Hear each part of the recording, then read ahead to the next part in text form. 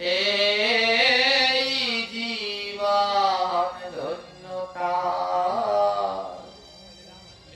যারে দেহে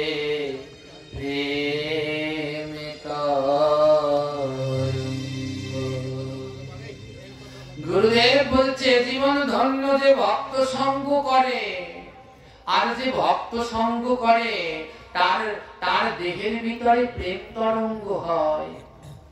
এই কথাটা শুনে ওখানে যত ভক্ত ছিল না, একজন আরেকজনকে জড়িয়ে ধরে বুকের মাঝে ভক্ত সঙ্গ করছে।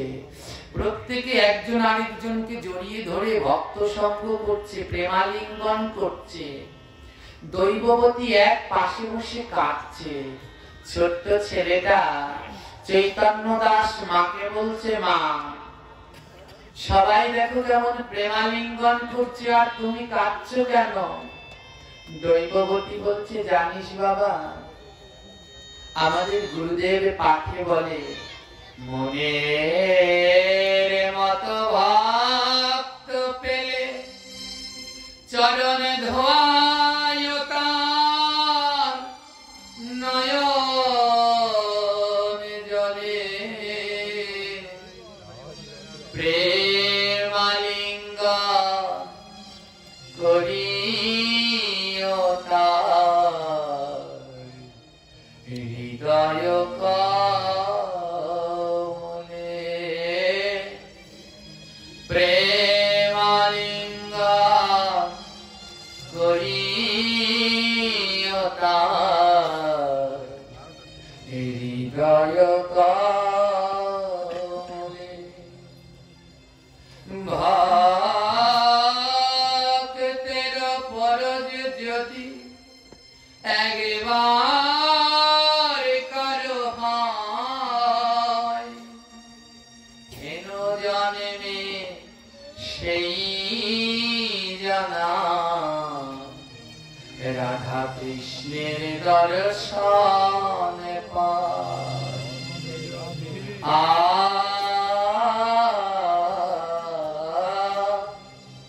হেন জন্মে সেই জানা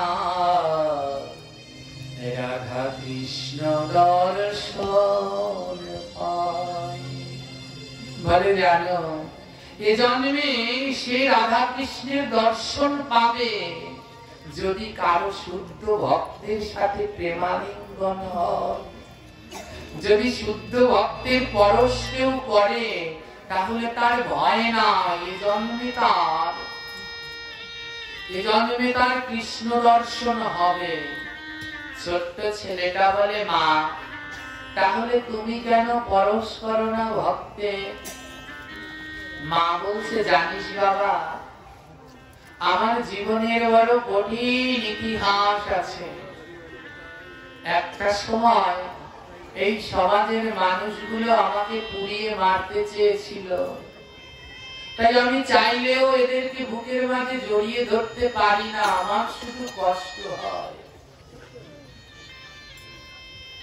ছোট্ট ছেলে বলে, মা তোমার কাকে বুকের মাঝে জড়িয়ে ধরতে ভালো লাগে?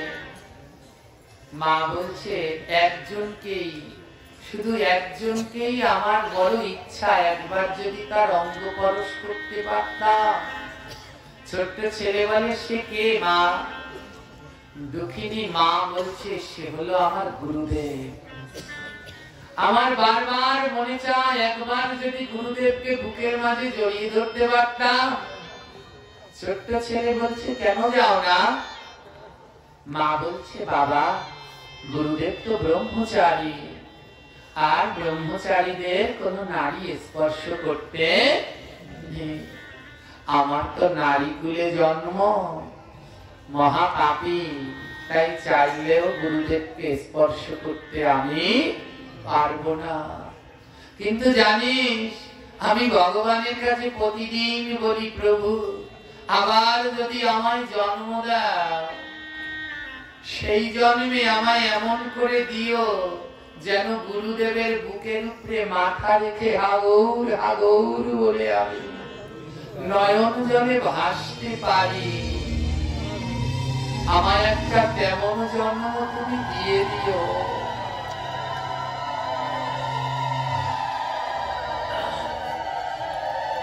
মায়ের দুঃখ দেখে ছোট্ট ছেলেটার দুই নয়নে জল ঝরছে, কারণ ওর মা ছাড়া আর ভাবে কেউ নেই। বাবাকে তো দেখেনি, 6 মাস বয়সেই হারিয়েছে। মা দুঃখে কষ্টে ওকে গড়ে পিঠে মানুষ করেছে। মা ছাড়া কিচ্ছু বোঝে না। মা না খাইয়ে দিলে খেতে পারে না, মা না ঘুম পাড়িয়ে দিলে ঘুম আসে না। ছোট্ট ছেলেটা বলছে, মা, গুরুদেবের অঙ্গ পরশ করার অন্য কোনো পদ্ধতি নেই? মা বলছে, একটা উপায় আছে রে বাবা। বলে, কি উপায়?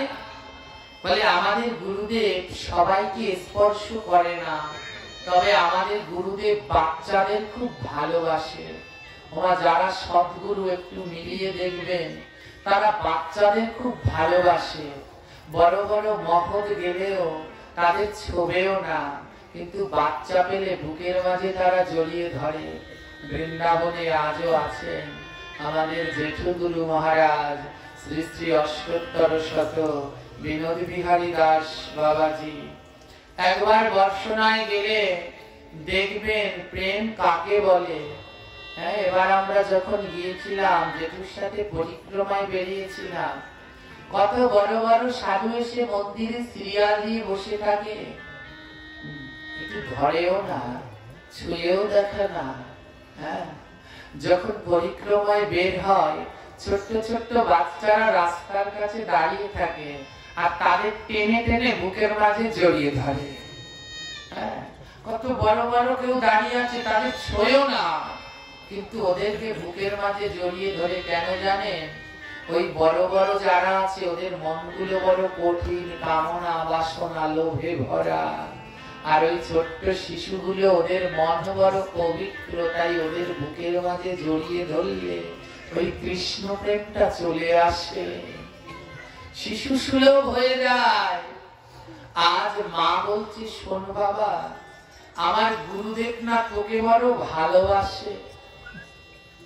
প্রতিদিন ভাগবত পাঠের শেষে সিদ্ধ বাবা, ওই ছোটবেলা থেকে আশ্রমে বড় হয়েছে তো চৈতন্য দাস, সিদ্ধ বাবা প্রতিদিন ভাগবত পাঠ শেষ হলে চৈতন্য দাসকে বুকের মধ্যে জড়িয়ে ধরে, আর অন্য কাউকে ধরে না। আর ভক্তরা কি করে, যে গুরুদেব যাকে জড়িয়ে ধরেছে, ভক্তরা গিয়ে হাউমাউ করে আবার ওই চৈতন্যকে জড়িয়ে ধরে। দুঃখিনী মা বলছে, হ্যাঁ বাবা, তুই যখন গুরুদেবকে বুকের মাঝে জড়িয়ে ধরিস, গুরুদেবের গা থেকে কেমন ঘ্রাণ আসে। হ্যাঁ, কেমন লাগে তোর মনে আনন্দ।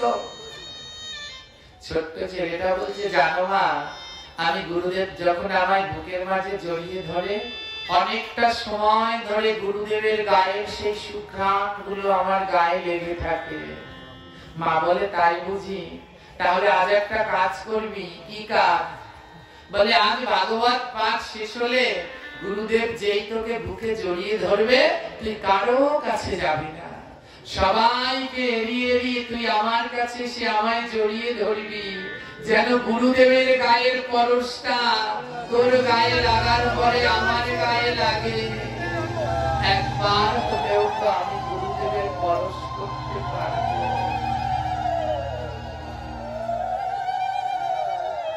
একবার হলেও তো পারবো। আজ গুরুদেব যেই ভাগবত পাঠ শেষ হয়ে গেছে, ছোট্ট ছেলেটাকে ডাকছে, ভক্ত আয় আয় ভক্ত পরশ করি,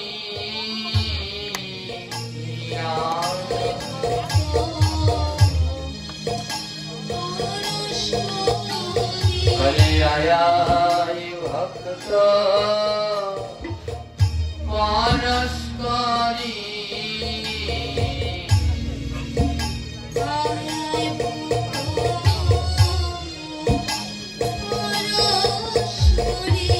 আর ভক্তি শূন্য অন্তরামা নয়নে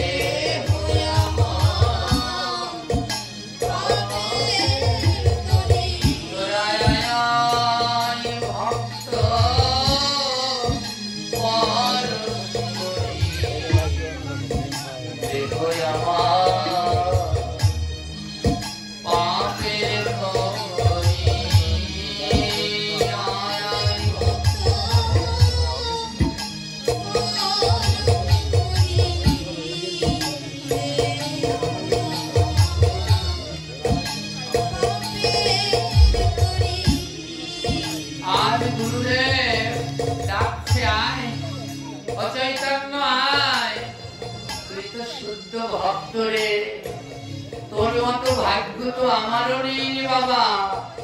6 বছর ধরে তোর মা তোকে ভক্তের উচ্ছিষ্ট সেবা করিয়ে বড় করেছে। প্রতিদিন হরিকথা শুনতে শুনতে তোর বেড়ে ওঠা হয় না।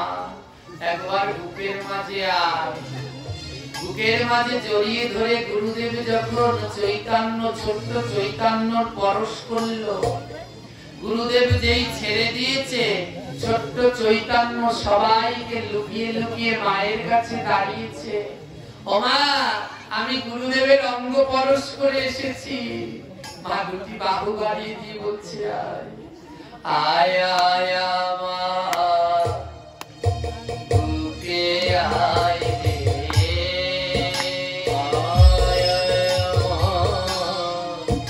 বুকে আয় রে, আমার বুকের মাঝে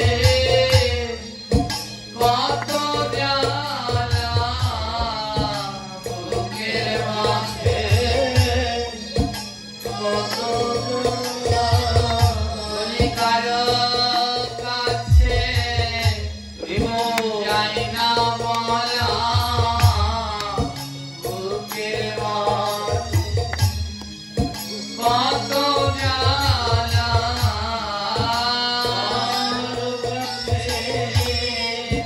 যাই না বলা, বুকের মাঝে কত জ্বালা, কারো কাছে যাই না বলা, কারো কাছে যাই না বলা, আমার বুকের মাঝে এত জ্বালা, কারো কাছে যাই না বলা, বুকের মাঝে এত জ্বালা, কারো কাছে যাই না বলা। মা ছেলেকে বুকের মাঝে জড়িয়ে ধরে পরশ করছে, আর গুরুদেবের সেই অঙ্গে থাকা সুঘ্রাণ অনুভব করছে। মা বলছে আজ আমার জীবনটায় বড় শান্তি রে। আহা, ও চৈতন্য, তোর কত ভাগ্য, গুরুদেব প্রতিদিন তোর অঙ্গ পরশ করে, গুরুদেব তোর হাতে সেবা গ্রহণ করে, তুই জল দিতে পারিস। কিন্তু আমি নারী কুলে জন্মেছি, আমি চাইলেও ব্রহ্মচারী গুরুর সেবায় কিছুতেই লাগতে পারছি না। মা ছেলেকে বলছে আরে বাবা, আমাকে একটা জিনিস দিবি? ছেলে বলছে কি মা? বলে একটা কথা দিবি। বলে কি কথা? বলে পরের জন্মে তুই আমার মা হবি আর আমি তোর ছেলে হব। আমি সেদিন ছেলে হয়ে একটু গুরুদেবের সেবা করব, এইটুকু আমায় করতে দিবি? মা ছেলে দুজন দুজনকে জড়িয়ে ধরে কাঁদছে। পরের দিন আবার ভাগবত শুরু হয়েছে। গুরুদেব পাঠে বলছে গুরু মাতা গুরু পিতা গুরু ধনপতি, গুরু মাতা গুরু পিতা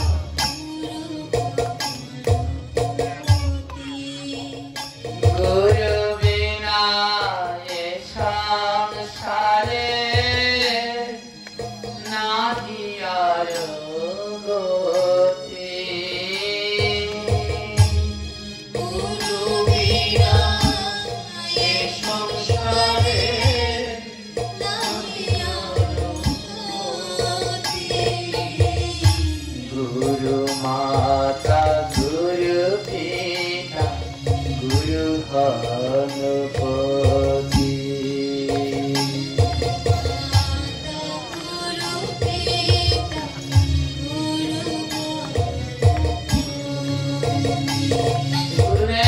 বলছেন গুরু মাতা, গুরু পিতা, গুরু হনপতি।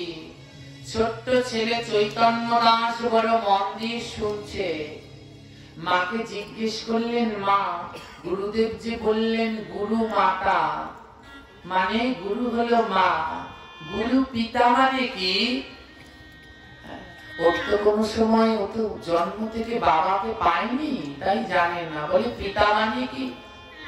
মা বলছে, শোন বাবা, পিতা মানে হলো বাবা।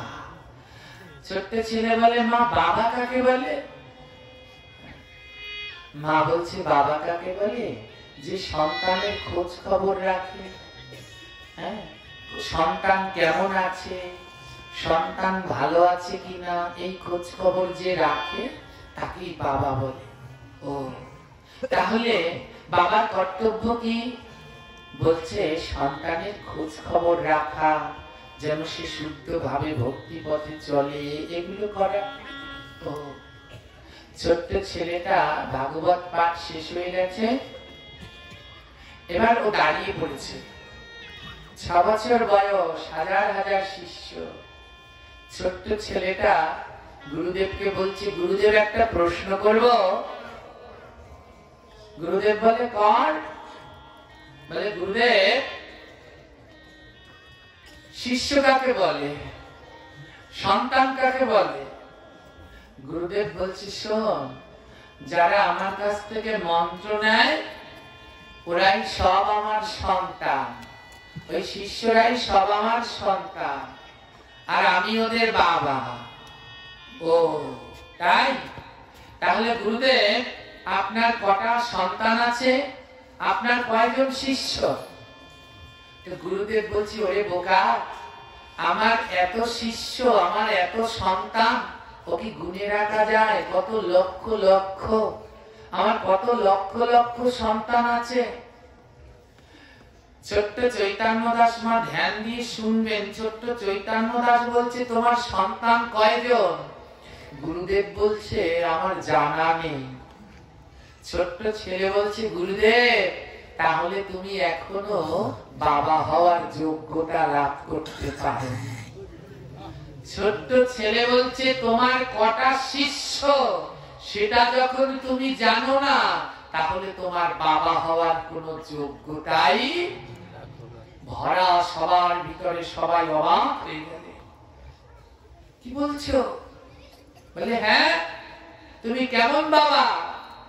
প্রত্যেক বাবা আগে তো জানবে তার সন্তানের কথা।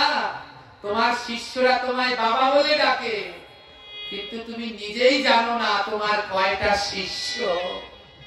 তাহলে তুমি কিসের গুরু, কিসের বাবা? ছোট্ট ছেলের কথায় গুরুদেবের টনক নড়ে গেছে। সিদ্ধ বাবা থর থর করে কাঁপছে। এমন কথা জীবনে আমায় কেউ বলেনি। সত্যি তো, এত শিষ্যরা আমায় বাবা বলে ডাকে, কিন্তু আমি এমন বাবা, আমার কয়টা শিষ্য সেই আমি জানি না। আমার ছেলেটাকে কিছু ভুল বলেছে? প্রত্যেক সৎগুরু তার আগে জানা থাকা চাই তার কয়জন শিষ্য।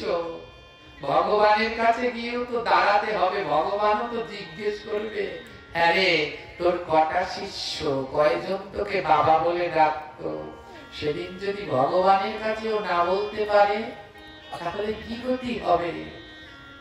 সিদ্ধ বাবা, সিদ্ধ বাবার টনক নড়ে গেল। সিদ্ধ বাবা বলছে, ঠিকই বলেছিস চৈতন্য, এখনো আমার চৈতন্যই হলো না। আমি শিষ্য পেয়েছি আর নাম দিয়েছি, শিষ্য পেয়েছি আর নাম দিয়েছি, কিন্তু আমার জানাই হলো না আমার কটা সন্তান আছে। এ ধরা নামে আমার কটা সন্তান, তা আমার এখনো জানা হলো না।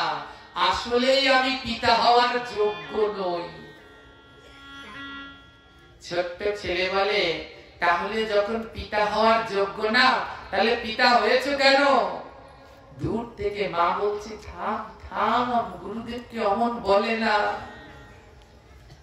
ছোট্ট ছেলে বলছে, মা, তুমি তো কাল বলেছো যে পিতা হবে সে সন্তানের খবর রাখবে, তো গুরুদেব কেমন পিতা, সন্তানের খবর রাখে না, জানেই না তার কয়টা সন্তান।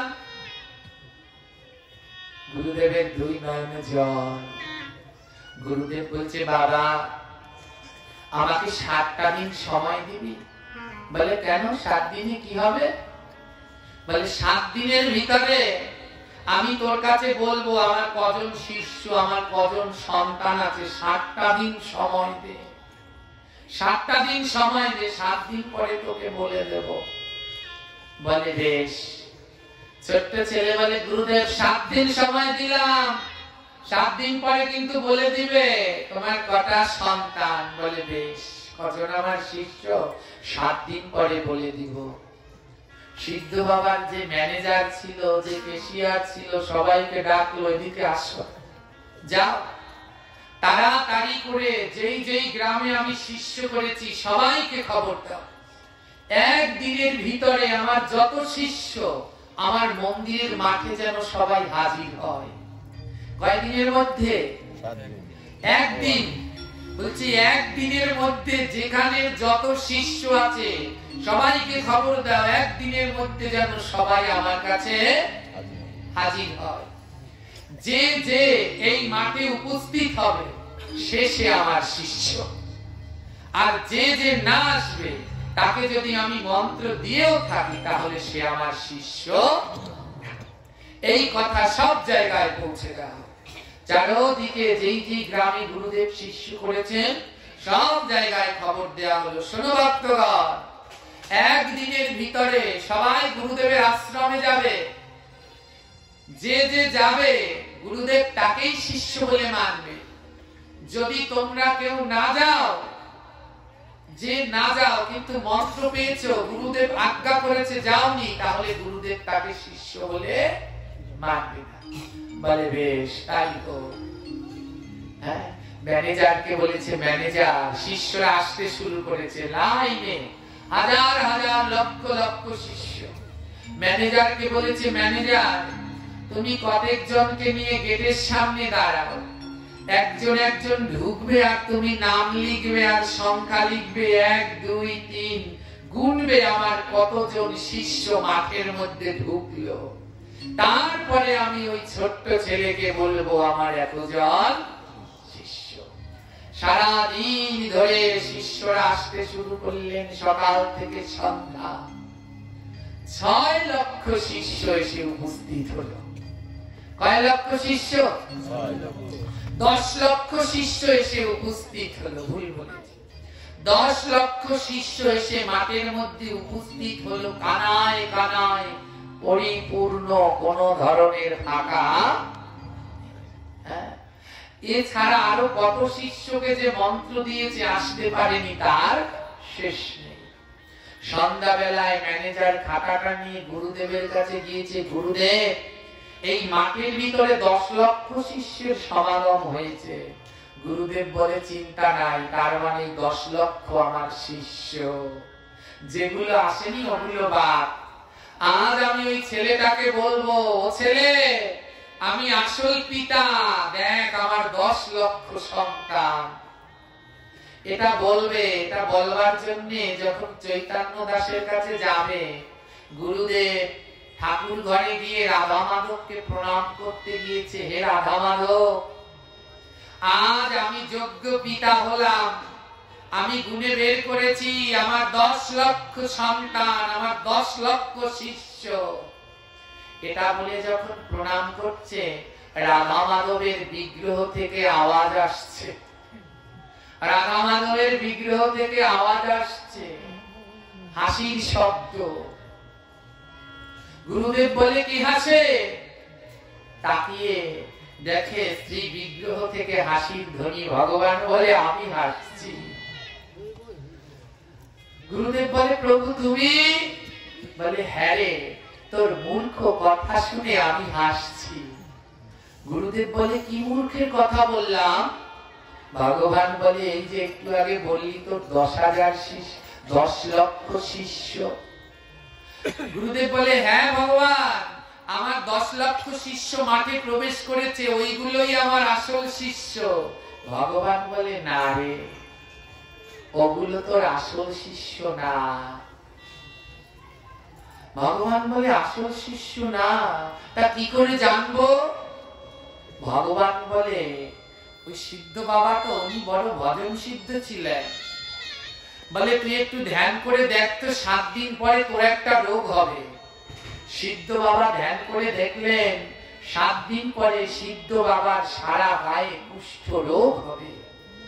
তৎকালীন সময়ে কুষ্ঠ রোগ, এই যে কিছুদিন আগে করোনা গিয়েছে, ছোঁয়াচে, তৎকালীন সময়ে কুষ্ঠ রোগ বড় ছোঁয়াচে ছিল। ভগবান বলছে, যা আজ পাঠে গিয়ে ব্যাসাসনে গিয়ে বলবি 7 দিনের মধ্যে আমার কুষ্ঠ রোগ হবে, দেখি তোর কজন শিষ্য থাকে। গুরুদেব ব্যাসাসনে গিয়ে ভক্তদের উদ্দেশ্য করে বলছে, শোনো ভক্ত, তোমাদের সবাইকে ডেকেছি কেন জানো? আগামী 7 দিনের মধ্যে না আমার কুষ্ঠ রোগ হবে। যেই না এই কথা শুনেছে, শিষ্যদের মধ্যে কানাকানি শুরু হয়ে গেছে, গুরুর আবার কুষ্ঠ রোগ, তার মানে গুরু সদ্গুরু না।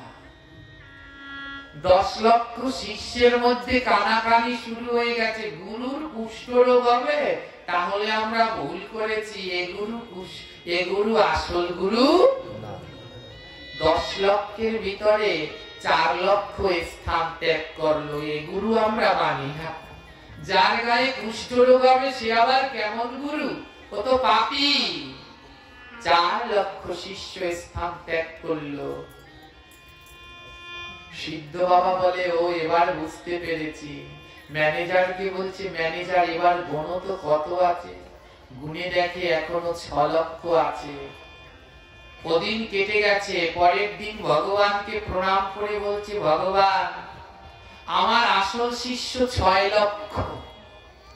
ভগবান বিগ্রহ থেকে বলছে, শোন, আজ ব্যাসাসনে গিয়ে বলবি এই 6 লক্ষের ভিতরে কে কে আমার সেবা করতে চাও। হ্যাঁ, গুরুদেব ভগবান শিখিয়ে দিচ্ছে, ব্যাসাসনে গিয়ে বলছে, আমার 10 লক্ষ শিষ্য ছিল, আমার কুষ্ঠ রোগ শুনে 6 লক্ষ 4 লক্ষ চলে গেছে, আর তোমাদের এই 6 লক্ষর ভিতরে কয়জন আমার সেবা করতে চাও? বলো কজন সেবা করতে চাও? যেই বলেছে না কজন সেবা করতে চাও, শিষ্যদের মধ্যে আবার কানাকানি শুরু হয়ে গেছে। কি কুষ্ঠ রোগীর সেবা করলে তো আবার কুষ্ঠ রোগ হয়, হরি বল। কুষ্ঠ রোগীর ধরলে পর তো আবার কুষ্ঠ রোগ হয়। 6 লক্ষ বসে আছে, 6 লক্ষর ভিতরে 4 লক্ষ উঠে গেছে। বলে, ওরে বাবা, ও কুষ্ঠ রোগের সেবা করলে আমাদেরও কুষ্ঠ হবে, দরকার নেই। 4 লক্ষ চলে গেল, পড়ে আছে কয় লক্ষ? ওদিনও গুরুদেব মন খারাপ করে চলে গেলেন। দেখুন কদিন কেটে গেছে, 3 দিন কেটে গেছে। 4র্থ দিন ভগবানকে প্রণাম করে বলছে, জানো ভগবান, ওই মাঠের মধ্যে 2 লক্ষ শিষ্য বসে আছে, ওরা হলো আমার আসল শিষ্য। ভগবান হেসে হেসে বলছে, শোন, আজ গিয়ে বলবি ওই 2 লক্ষ শিষ্যের মধ্যে, আজ গিয়ে বলবি কি জানিস? আজ গিয়ে বলবি, তোমরা যে 2 লক্ষ শিষ্য আমার সেবা করতে চাও, যে যে আমার সেবা করবে তার অবশ্যই কুষ্ঠ রোগ হবে, অবশ্যই হবে। 4র্থ দিন গুরুদেব ভক্ত সম্মেলনে গিয়ে 2 লক্ষ শিষ্যকে বলছে, হে শিষ্যগণ, তোমরা তো আমার 10 লক্ষ ছিল, কমতে কমতে 2 লক্ষ হয়েছে। তোমরা যারা আমার সেবা করতে চাও, ভগবান আমায় আদেশ করে বলে দিয়েছেন, যে যে সেবা করবে তার গায়ে কুষ্ঠ রোগ হবে। 2 লক্ষর ভিতরে কানাকানি শুরু হয়ে গেছে। সর্বনাশ, গুরুদেবের সেবা করে আমার গায়ে যদি কুষ্ঠ রোগ হয়, তা সংসার চালাবো কেমনে? আমার ছেলে দেখবে কে, মেয়ে দেখবে কে? সব পিঁপড়ের মতো সুর সুর করে চলতে লাগলো। মাঠ ফাঁকা, মাত্র 200 জন বসে আছে। কয়শো জন বসে আছে? মাত্র 200 জন বসে আছে। 2 লক্ষের সব চলে গেছে, 200 জন মাঠের মধ্যে বসে আছে। এসেছিল কয়জন মায়েরা? এখন আছে কয়জন? 200 জন। কয় নাম্বার দিন আজ? 5 নাম্বার দিন কেটে গেছে। 6 নাম্বার দিন গুরুদেবের কাছে, গুরুদেব ভগবানের কাছে গিয়ে বলছে, ভগবান কুষ্ঠরোগ দেখা দেবে কয় নাম্বার দিনে? 7 নাম্বার দিনে গুরুদেবের গায়ে কুষ্ঠরোগ দেখা দেবে। বলুন তো, তিনি তো একজন শুদ্ধ গুরুদেব, যার সাথে ভগবান কথা বলছে, তার গায়ে কুষ্ঠরোগ কেন দেখা দেবে? পরীক্ষা করার জন্য। হ্যাঁ, পরীক্ষা করার জন্য না, এই অকার্য শিষ্যগুলোর জন্য। এতগুলোকে তিনি মন্ত্র দিলেন, এত শতদেরকে শিষ্য বানালেন, জীবনে সংসার করলেন না, সুখ করলেন না, সর্বস্ব ত্যাগ করে এত শিষ্য বানালেন। আজ গুরুদেবের দুঃখের দিনে একজনও পাশে, এদের পাপ আজ গুরুদেবের গায়ে লেগেছে। তাই 7ম দিবসে তার গায়ে কুষ্ঠরোগ দেখা দিবে। 6 নাম্বার দিনে ভগবানকে প্রণাম করে গুরুদেব বলছে, গুরুদেব আমি পেয়ে গেছি, আমি পেয়ে গেছি। আমার আসল শিষ্য 200 মাঠে বসে আছে। গুরুদেবের বুক ফেটে যাচ্ছে যন্ত্রণায়। সারাটা জীবন যাদের জন্য বিলালাম, আজ আমার কুষ্ঠ দেখে সবাই আমায় ছেড়ে চলে যাচ্ছে। ওমা কি ভাবছেন? এ জগৎ এমনই। এই সংসারে সারা জীবন ধরে ছেলে মেয়ে পুত্র পরিজনের জন্য খাটছেন না। যতদিন খাটতে পারবেন ততদিন ভালোবাসা পাবেন। যেই দিন আর এদের জন্য খাটতে পারবেন না, রব থাকবে না, গায়ে শক্তি থাকবে না, এরা আর ভালোবাসবে না, তখন এদের কাছে বোঝা হয়ে যাবে। কখনোটা মরবে, কখনো বিপদ আপদে বিদায় হবে, তখন তাদের কাছে আপদ হয়ে যাবে। আজ 6 নাম্বার দিনে 200 শিষ্য বসে আছে। গুরুদেব ভগবানকে বলছি, ভগবান আমি পেয়েছি, আমার আসল শিষ্য হলো 200। ভগবান খিলখিল করে হেসে বলছে, যা আজ ব্যাসাসনে গিয়ে বলবি, এই 200 শিষ্য যারা আমার সেবা করবে, তোদের গায়ে তো কুষ্ঠরোগ হবেই, এবং তোরা এই যে 200 শিষ্য বসে আছিস, তোদের কুষ্ঠরোগ হবে, এবং তোরা কিন্তু 2 মাসের মধ্যে মারা যাবে। ভগবান শিখিয়ে দিচ্ছে ক মাসের মধ্যে মারা যাবে। গুরুদেব গিয়ে বলছে, ব্যাসাসনে গিয়ে বলছে, দেখো এখানে 10 লক্ষ শিষ্য এসেছিল, কেউ আমার সেবা করতে চায় না, সবাই ভয়ে ভয়ে পালিয়ে গেছে। তোমরা 200 জন আমার সেবা করতে চাও? 200 শিষ্য হাত জাগিয়ে বলে, হ্যাঁ গুরুদেব আমরা সেবা করতে চাই। গুরুদেব বলে, তোমরা কি জানো আমার সেবা করলে তোমাদের কুষ্ঠ হবে? 200 জন বলে, হ্যাঁ গুরুদেব জানি। গুরুদেব বলে, শোনো, তোমাদের কুষ্ঠ হবে তো হবেই, তোমরা 2 মাসের মধ্যে আমার সেবা করলে 2 মাসের মধ্যে মারা যাবে। কয় মাসের মধ্যে? 2 মাস। যেই শুনেছে 2 মাসের মধ্যে মারা যাবে, 200 জনের সব একজন একজন উঠে উঠে যাচ্ছে। একজন জিজ্ঞেস করছে, কোথায় যাচ্ছ? বলে, আমার ঘরে ছোট বাচ্চা আছে, আমি 2 মাসের মধ্যে মরলে বাচ্চাটা দেখবে, চলে যাচ্ছে। কোথায় যাচ্ছ? আরে গুরুদেব একটু মায়ের সাথে দেখা করি, মানে বিদায় নেবে, গুরুদেবের কাছে থাকবে না। একজন একজন করতে করতে সব চলে যাচ্ছে। ম্যানেজার, কেশিয়ার, গুরুদেবের পাশে যারা ছিল, ম্যানেজার চাবিটা দিচ্ছে, গুরুদেব এই চাবি। ম্যানেজার কোথায় যাচ্ছে? গুরুদেব আমার সম্ভব না, আমার সংসার আছে, চলে যাচ্ছে। সবাই চলে গেল। কতজন ছিল? 200। মাঠটা ফাঁকা। গুরুদেব দেখে এত বড় বিশাল মাঠ ফাঁকা, ওই সবাই চলে গেছে, শুধু মাঠের ওই কোনায় দুইজন বসে আছে। কয়জন বসে আছে? দুইজন বসে আছে। কে জানে? মা দৈববতী আর তার সন্তান চৈতন্য দাস। সবাই চলে গেছে। মার ছেলে ওই মাটির ভিতরে দুজন বসে আছে। গুরুদেব বেশাসনে একা, খালি মাঠ, দুজন বসে আছে।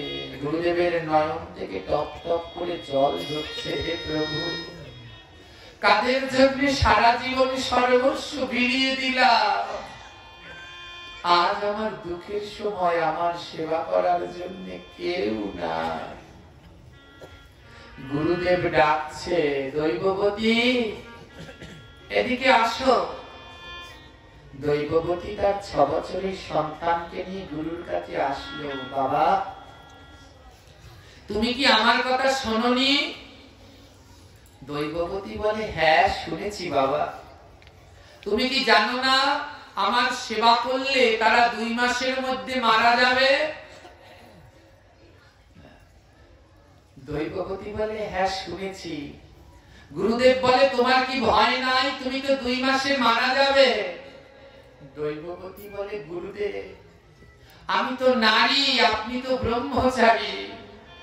যদি আপনার সেবা একদিনের জন্যও করতে পারতাম, 2 মাসকে আমি একদিন সেবা করে যদি পরের দিন মরে যেতাম, গুরু সেবা করে যদি পরের দিন মরতে পারতাম, আমার জীবন ধন্য হয়ে যেত। আমার জীবন ধন্য হতো যদি গুরু সেবা করে আমি মরতে পারতাম।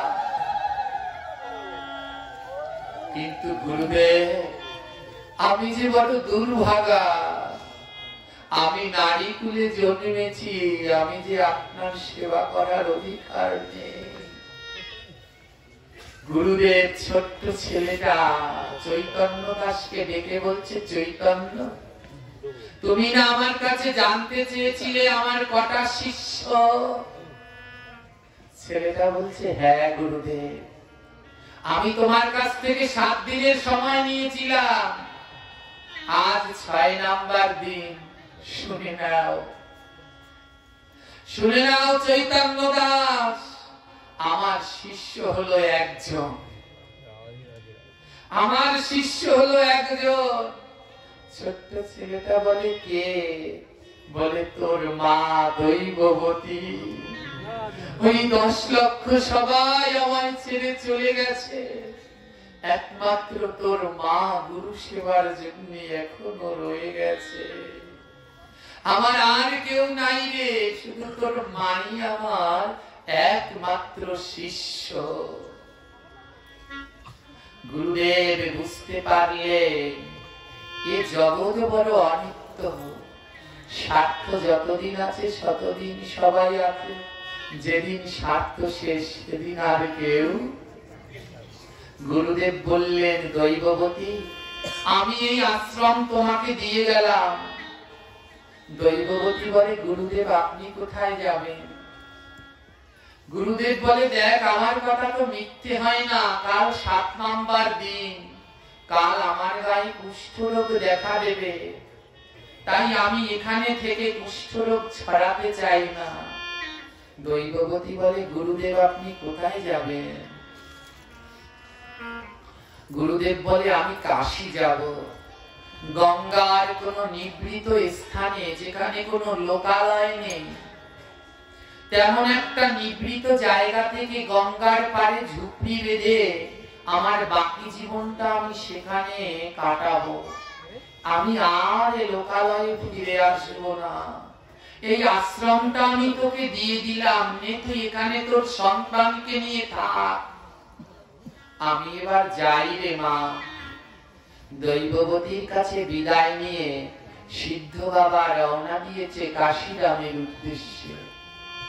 দৈববতী মা বলছে, গুরুদেব জানি না আর কোনোদিন আপনার সাথে দেখা হবে কিনা।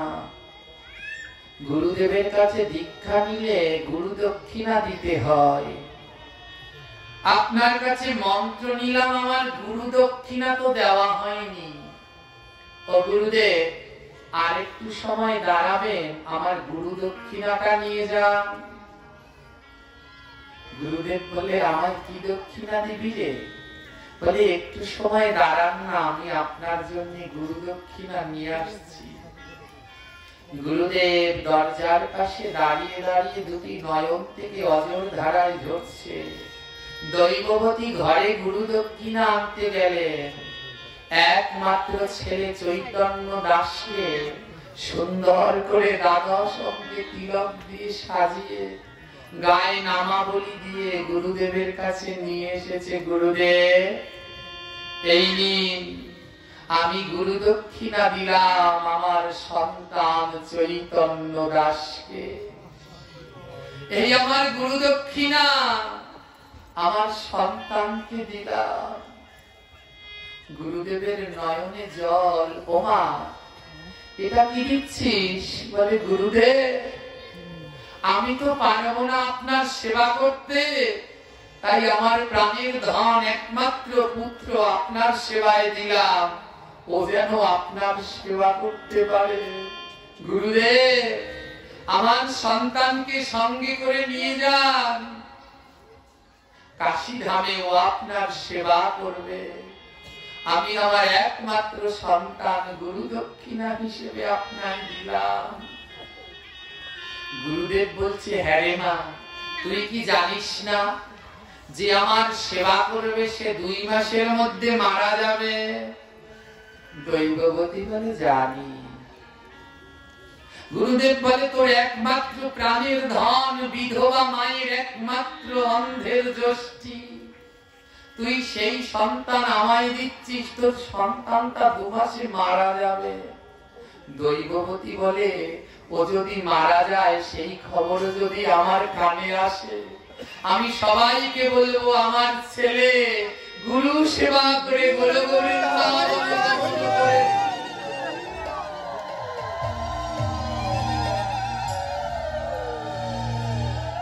ছেলে গুরু সেবা করে গোলক বৃন্দাবনে গমন করেছে। নিয়ে যান, গুরুদেব ওকে নিয়ে যান। গুরুদেবের 2 নয়নে জল। ছোট্ট ছেলেকে বলছে, যা বাবা, আমি যেটা পারিনি তুই সেটা কর। গুরু সেবার মতো এমন সেবা আর হয় না। যা যা যা, আজ থেকে প্রাণ ভরে গুরু সেবা কর, যা। ছোট্ট ছেলেটা গুরুদেবের সাথে রওনা দিল। কিছুটা দূরে গিয়ে আবার দৌড়ে এসেছে মায়ের কাছে। ও মা, মা, আমি তো তোমাকে ছাড়া ঘুমাতে পারি না, তুমি আমার পাশে না শুলে ঘুম আসে না, আমি কি করে ঘুমাবো? মা বলছে, দাঁড়া। মা তার শাড়ির আঁচলটা ছিঁড়ে ছেলের মাথায় বেঁধে দিল। এই শাড়ির আঁচলটা যতক্ষণ তোর মাথায় বাঁধা থাকবে, মনে রাখবি তোর মায়ের হাত তোর মাথায় আছে। যা। ও বাবা, আজ থেকে আগে যখন ব্যথা পেলে মা মা বলে উঠতিস, মা আদেশ করছে আজ থেকে ব্যথা পেলে আর মা বলে ডাকবি না, আজ থেকে ব্যথা পেলে জয় গুরু বলে ডাকবি। যা, গুরুর সেবা করে গিয়ে এমন জন্ম আর পাবি না। ছোট্ট ছেলে বলে, ও মা, এ জগতে সবকিছু ভোলা গেলেও মাকে কি ভোলা যায়? মাকে কি ভোলা যায়? ও মা, আমি তোমায় কি করে ভুলবো? মা বলছে, আমার আদেশ, যা গুরু সেবা করে গিয়ে। ছোট্ট ছেলে বলে, মা, জানি না আর তোমার সাথে দেখা হবে কিনা, তাই যাওয়ার আগে মা তুমি দাও দাও আমার চরণ ধুলি।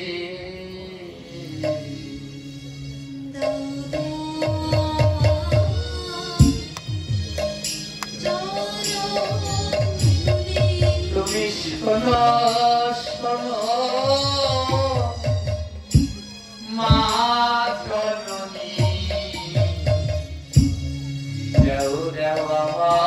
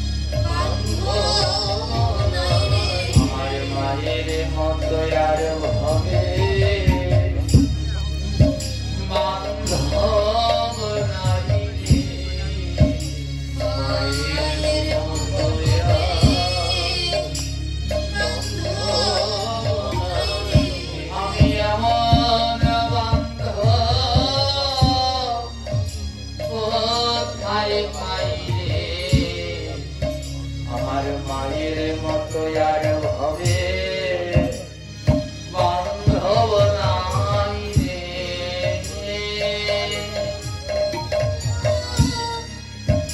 কোথায় পাই রে, আমার মায়ের মতো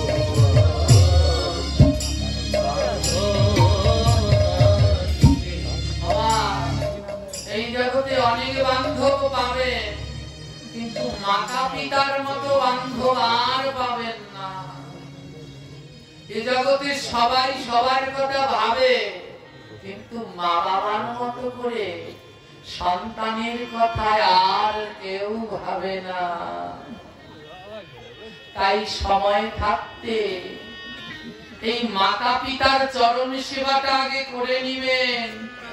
ছোট্ট চৈতন্য দাস বলে, মাগো আমি তো গুরু সেবা করতে যাচ্ছি, তার আগে তোমার চরণে একটা সেবা করে যাই মা, কারণ আমি যখন ওইখানে যাব ওমা তোমার কথায় আমার বড় মনে পড়বে। তোমায় মনে পড়ে মাগো, তোমায় মনে পড়ে, তোমার মতো ভালো কেউ বাসে না আমারে। তোমায় মনে পড়ে মাগো, তোমায় মনে পড়ে, তোমার মতো এমন বাসে না। তোমায় মনে পড়ে মাগো, তোমায় মনে পড়ে, তোমার মতো এত ভালো কেউ বাসে না মোরে। তোমায় মনে পড়ে, তোমায় মনে পড়ে, তোমার মতো এত বাসে না কেউ মরে। সন্তান যদি ব্যথা পায় আগে বোঝে মা, যদি ব্যথা আগে বোঝে মা, ওরে মায়ের মতো এমন বান্ধব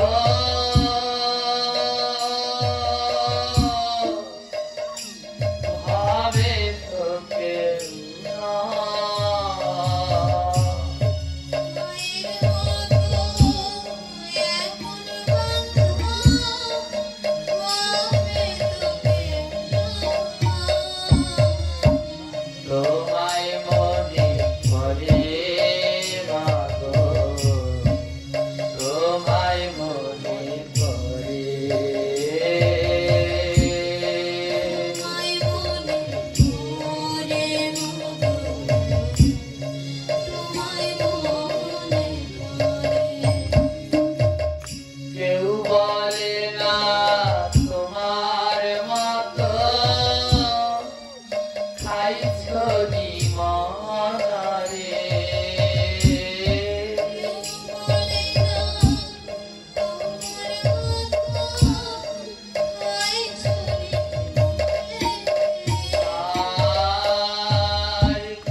বলে না তোমার মতো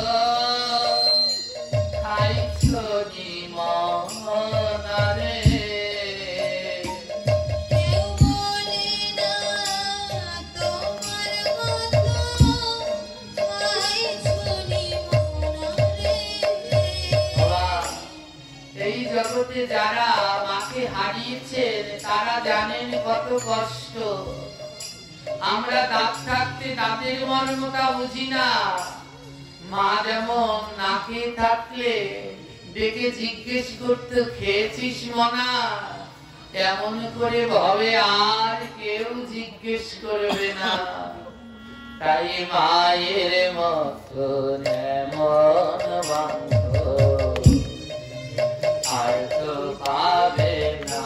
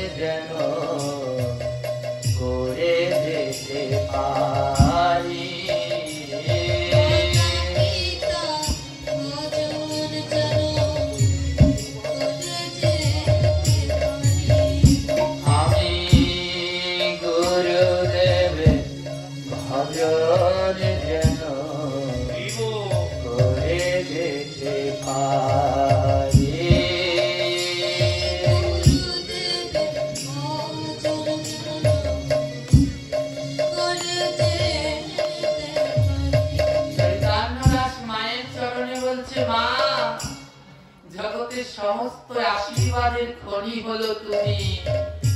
মা হলো আশীর্বাদের খনি। ওই কালী দুর্গাকে যতই মামা বলে ডাক দেন সাড়া দেবে না। আর বিপদে পড়লে ব্যথা পেলে যখন গর্ভধারিণী মাকে ডাকবেন মা বলে, পৃথিবীর এই প্রান্তে মা বলবেন, ওই প্রান্তে বসে মা কেঁদে উঠবে, আমার সন্তান ভালো নাই। এই হলো মা।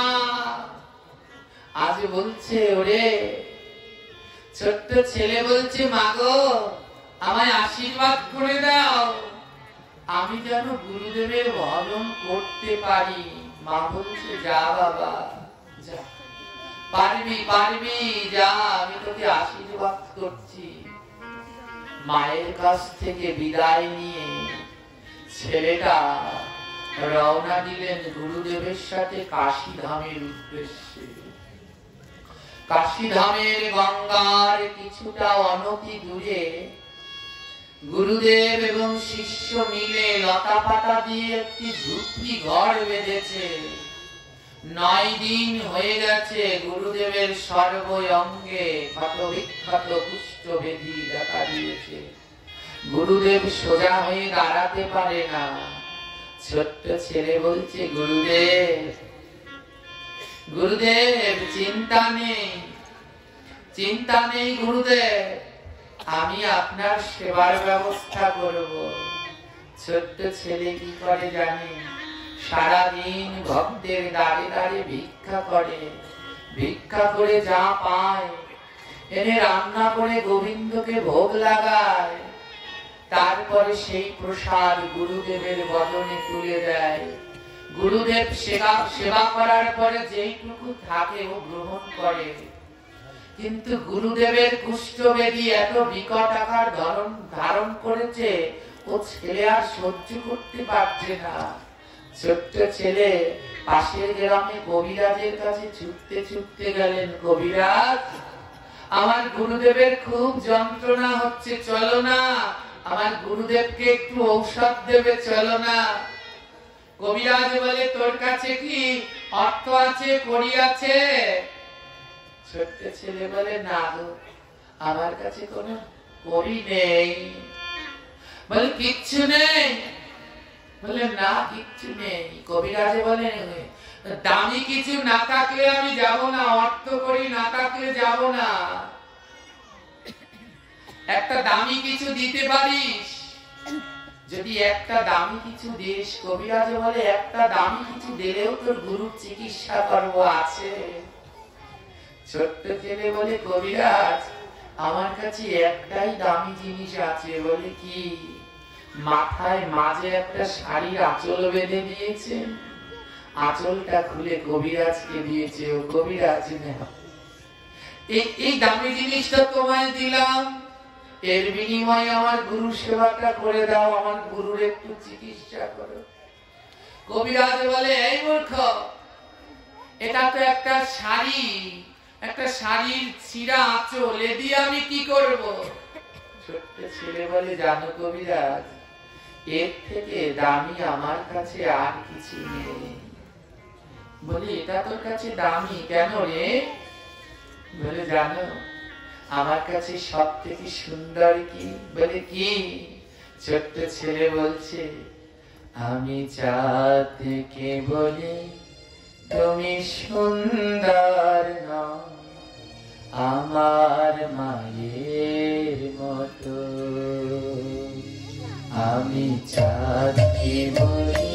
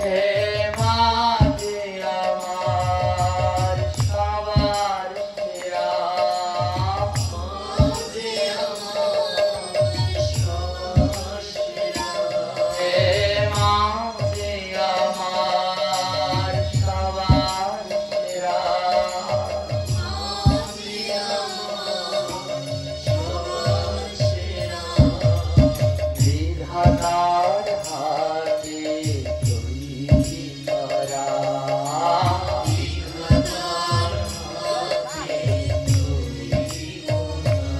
আমি চাঁদকে বলি তুমি সুন্দর নও আমার মায়ের মতো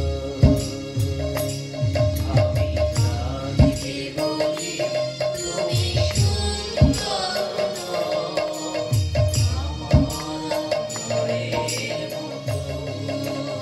মা, মায়ের থেকে সুন্দর কেউ আছে জগতে?